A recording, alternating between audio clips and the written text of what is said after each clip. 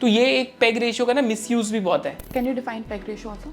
Peg ratio is P ratio upon EPS growth of the company. Okay.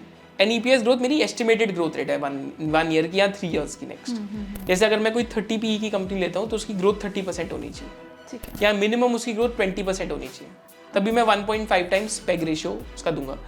But इसमें challenge क्या आता है peg ratio में भी, क्योंकि प्रोज एंड कॉन्स है। एक कॉन क्या आता है कि अगर मैं कोई 80 या 90 की पी पे कंपनी ले रहा हूँ एंड मैं सोचता हूँ कि उसकी ग्रोथ 90% आ रही है, बट ना 90% टाइप ग्रोथ रेट सस्टेनेबल नहीं होती। जैसे इन्फोसिस का अगर आप 2000 के अंदर स्टॉक प्राइस देखते तो for 13 years it didn't do anything, like the stock went sideways, but actually में 2000 में 200 की पी थी एंड अर्निंग्स ग्रोथ भी 140% थी। तो एक्चुअली में peg ratio wasn't that high, but क्योंकि इतनी फास्ट अर्निंग्स ग्रोथ थी और इतना बेस एलिवेटेड था, तो अगले साल से अर्निंग्स ग्रोथ 40% होगी, फिर 30% होगी, फिर 20s में आ गई, फिर 15s में आ गई, फिर 10s में आ गई, अब हाई सिंगल डिजिट में है या लो सिंगल डिजिट में रहती है, because as you keep growing your size keeps becoming larger.